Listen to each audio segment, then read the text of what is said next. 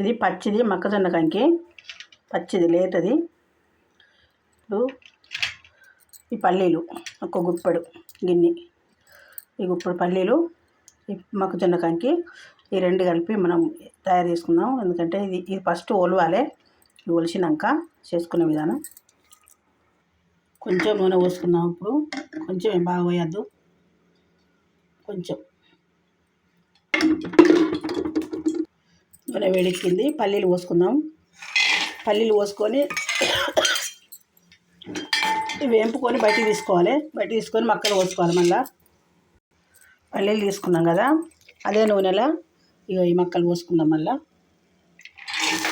నూనె పోయద్దు, సరిపోతుంది. ఆ నూనె మంచిగా ఫ్రై కావాలి. మంట ఫుల్లు పెట్టి నింపాలి. పట్ట అయిపోయింది. మంచిగా ఫుల్లు పెట్టాలి మంట. వేపుకుంటూనే ఉండాలి. ఇవి మక్కలు వేగినాయి. పల్లీలు వేసుకొని కొంచెం కారం, కొంచెం ఉప్పు, బాగా వేసుకోకూడదు, ఉప్పు ఇసం అవుతాయి. వీటిని కలిపి